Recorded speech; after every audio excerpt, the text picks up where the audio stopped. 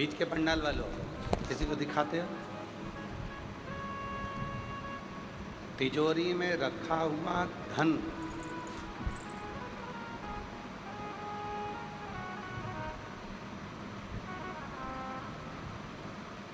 हम किसी को दिखाते नहीं।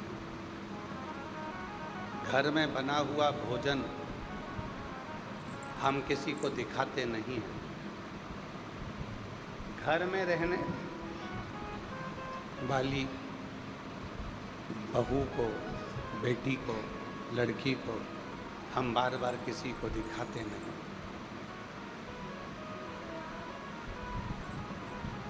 उसी तरह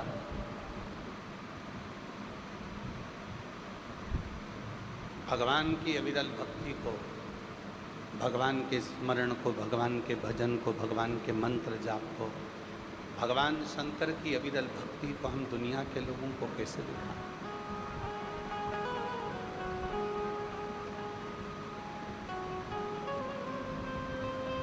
ये दिखाने का विषय नहीं है। पीछे क्या है? ये दिखाने का विषय नहीं है। को दिखाना प्रारंभ कर दोगे उस दिन शंकर तुमसे बहुत दूर हो जाएगा, शिव आपसे बहुत दूर हो जाएगा। शिव महापुराण की कथा में आप कई सालों से कथा को श्रवण कर रहे हैं। हमें भी शिव की कृपा से कथा करते करते 30 साल के ऊपर हो गया। पर पूरी शिव महापुराण की कथा में पीछे का कोई साउंड का तार टूटा हुआ है, जुड़ रहा है। 2 मिनट में जुड़ जाएगा, चालू हो जाएगा। पूरे 30 वर्ष की कथा में कहीं पर भी आपको शिव महापुराण के भीतर कोई भक्ति का दिखावा सामने नहीं आएगा। अगर आएगा तो केवल मेरा भोलेनाथ ही सामने आएगा और उसका भजन ही सामने आएगा।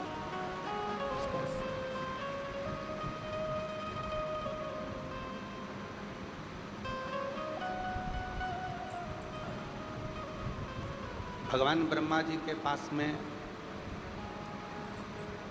असुरों की बात जाती है, भगवान विष्णु के पास में असुरों की बात जाती है, इंद्रदेव के पास में असुरों की बात जाती है, गरुण वरुण के पास में असुरों की बात जाती है। पर केवल एक देव अधिदेव महादेव ऐसे हैं जिनके कैलाश पर असुरों की बात नहीं जाती। कोई बताने जाए तो शिव जी असुरों की बात हो जाए। बढ़िया है रिंकू, साधुता तुम। एक बार साउंड वाले के लिए जोरदार ताली बजाओ। अच्छा साउंड।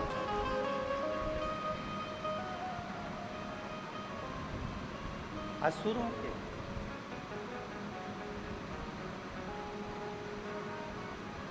ब्रह्मा जी के पास बात गई असुरों की, भगवान नारायण के पास बात गई असुरों की, पर शिव जी के पास असुरों की बात नहीं गई। असुर ब्रह्मलोक पर आक्रमण करते हैं, असुर वैकुंठ लोक पर आक्रमण करते हैं, असुर इंद्र लोक पर आक्रमण करते हैं, पर असुर कैलाश पर आक्रमण नहीं करते। कैलाश पर जाते ही नहीं।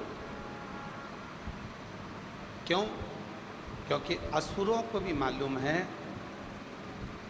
कि ब्रह्मलोक, वैकुंठ लोक, इंद्र लोक, ये सारे लोकों में असुरों का संहार किया जाएगा और उनको नरक में ले जाकर पटक दिया जाएगा। पर केवल एक शिव का धाम कैलाश ऐसा है अगर कोई असुर भी पहुंच गया तो उसका संहार नहीं होगा, वो शंकर के धाम में ही उनका गण बनकर रह जाएगा और उनके गणों की गिनती में। रावण शिव जी के गणों की गिनती में आता है।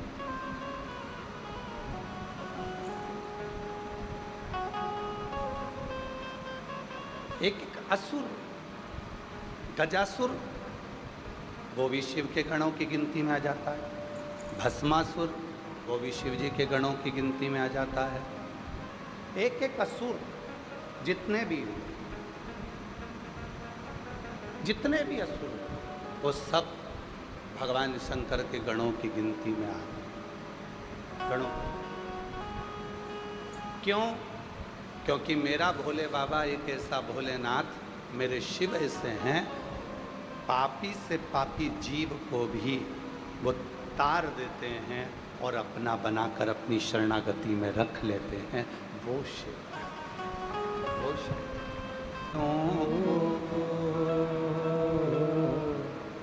मिलता है बोले तेरा दरबार, किस्मत वालों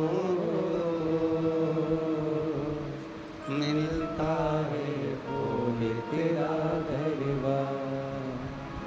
सच्ची सरकार तुम्हारी सच्चा दरबार, किस्मत वालों को मिलता है बोले तेरा दरबार, किस्मत वालों को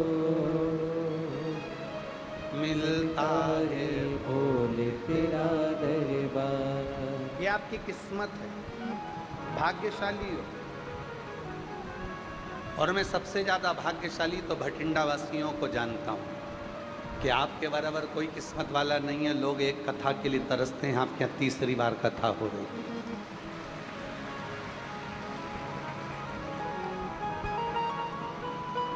और इसमें साधुवाद देना चाहिए आपको अमरजीत सिंह जी को, मेहता जी को। इसमें साधुवाद देना चाहिए आपको पदम सिंह मेहता जी को। प्रयास कर कर एक दो वर्ष में कथा करवाई लेते हैं और तीसरी कथा भटिंडा पंजाब में हो रही है।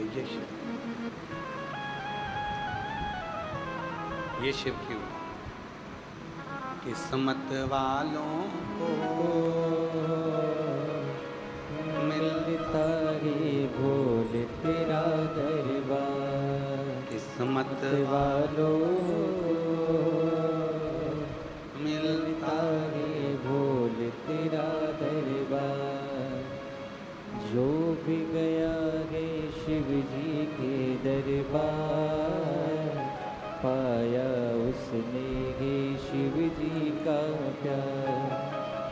एक झलक जिसको भी मिल जाए, महक उठे मन बगिया खिल जाए। खाली झोली जो लाए, खाली झोली जो लाए, भरता है भंडार, किस्मत वालों को मिलता है भोले तेरा दरबार, किस्मत वालों को मिलता है भोले तेरा दरबार। ये किस्मत। ब्रह्मलोक में असुर जाएंगे, वैकुंठ लोक में असुर जाएंगे, इंद्रलोक में असुर जाएंगे, आक्रमण भी करेंगे, पर कैलाश धाम पर, शिव धाम पर कोई असुर नहीं जाएगा और न आक्रमण करेगा। पूरी कथा उठाई है, स्कंद पुराण उठाकर देखिए, पद्म पुराण उठाकर देखिए, अग्नि पुराण उठाकर देखिए, शिव पुराण उठाकर देखिए। एक एक पुराण का अध्ययन कर कर देखिए, सारी पुराणों में मिलेगा कि वैकुंठ पर आक्रमण हुआ, इंद्रलोक पर आक्रमण हुआ, ब्रह्मलोक पर आक्रमण हुआ, पर कहीं पर आपको नहीं मिलेगा कि कैलाश लोक पर आक्रमण हुआ। क्यों? क्योंकि जो कैलाश पर आक्रमण करने के लिए जाता है वो शिव जी के साथ युद्ध नहीं लड़ता, बल्कि शिव का ही हो जाता है, शंकर का ही हो जाता है, तो युद्ध ही नहीं लड़ता। वहां युद्ध का काम क्या है?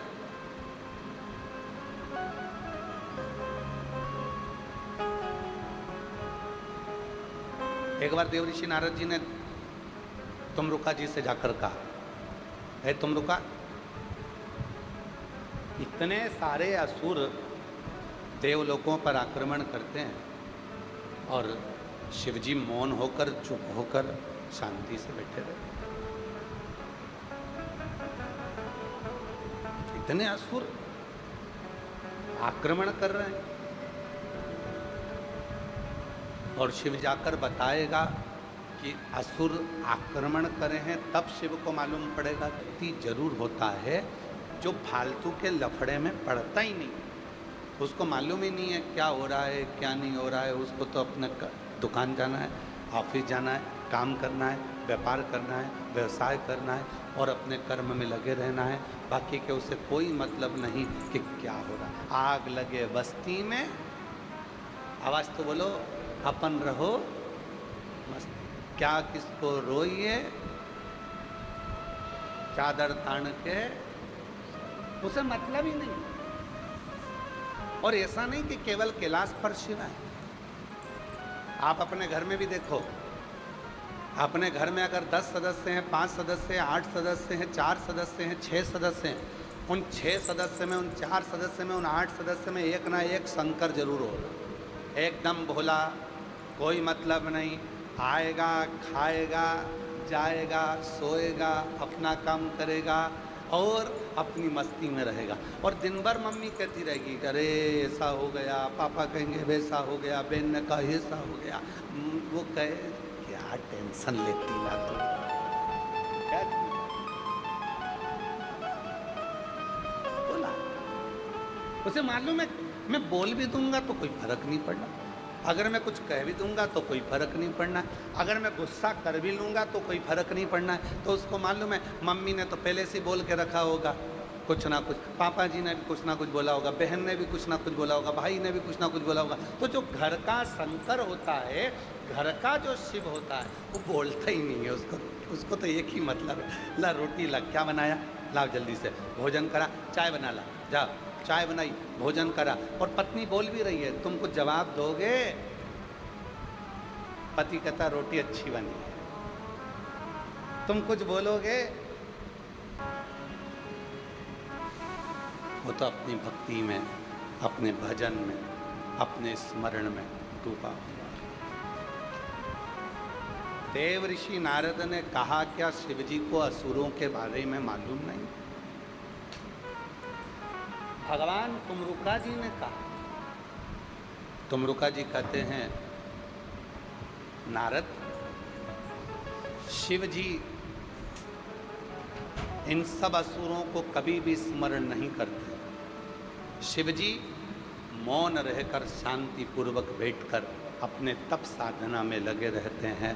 अगर कोई जाकर बताए कि असुर ऐसे हैं तो शिव स्वीकार करते हैं कि ये असुर ऐसे।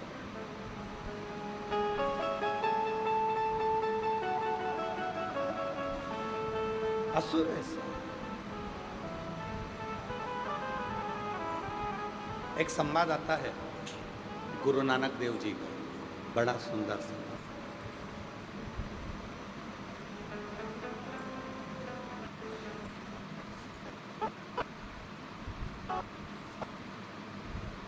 चौथा है गुरु नानक देव जी,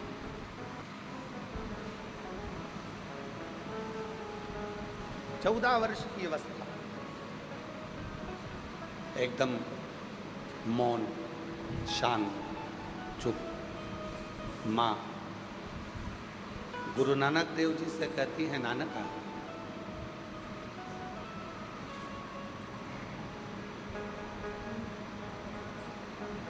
मैंने तुझको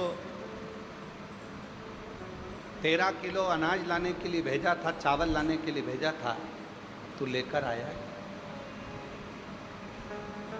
गुरु नानक देव जी की 14 वर्ष की अवस्था है और नानक जी आकर चुप खड़े हो गए। माँ ने पूछा, नानका हुआ क्या तुझे, तुम मौन क्यों है? गुरु नानक देव जी ने कहा, माँ मैं गया था दुकान पर सामान लेने के लिए, पर वहाँ जैसे ही मैंने कहा कि मुझे 13 किलो, सब 13, वैभव है 13 है, धन है 13 है, सब।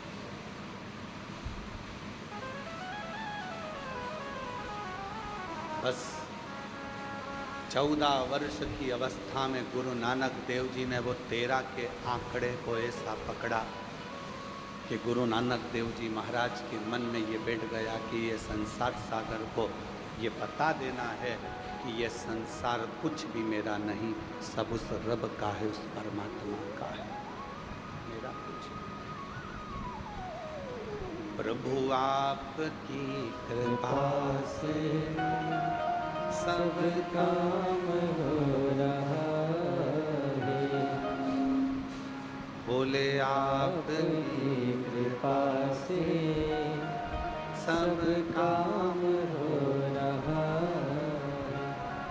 करते हो भोले बाबा मेरा नाम हो रहा है, करते हो भोले बाबा मेरा नाम हो रहा है, भोले आपकी कृपा से सब काम हो रहा है, शिव आपकी कृपा से सब काम हो रहा है।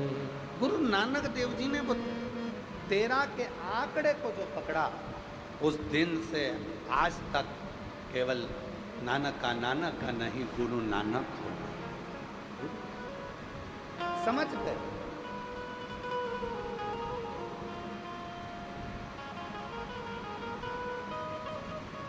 और गुरु नानक देव जी के वो शब्द आपकी नहीं, ये तो उस रब का, शिव का, वाहेगुरु जी का, ये उसका, मेरा ना, शिव का है।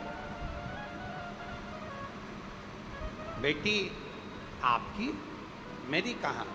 ये बेटी तो उस रब की है, शिव की है, वाहेगुरु जी की, मेरी।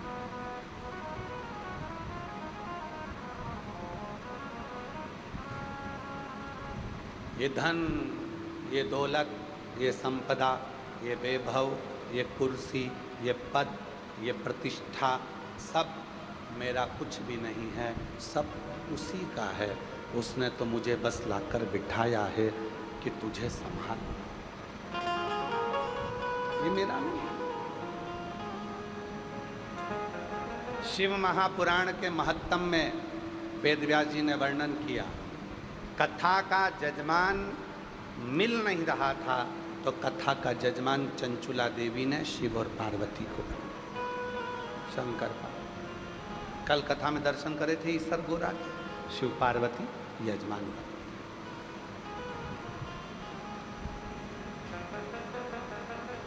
कथा बांचने वाला कोई नहीं मिल रहा था। चंचुला देवी देवऋषि नारद जी के पास जाकर बोलती हैं कि आप कथा कर दो। देवऋषि नारद जी ने कहा, मैं कथा नहीं कर सकता क्योंकि मुझे श्राप लगा है, मैं एक जगह पर बैठ नहीं सकता, इसलिए मैं कथा नहीं बांच सकता। हाँ, कथा सुनने के लिए आऊँगा। तो कहा, कथा भी नहीं सुन पाओगे, बार बार जाना आना लगा रहेगा क्योंकि तुमको श्राप लगा है कि तुम एक जगह बैठ नहीं सकते।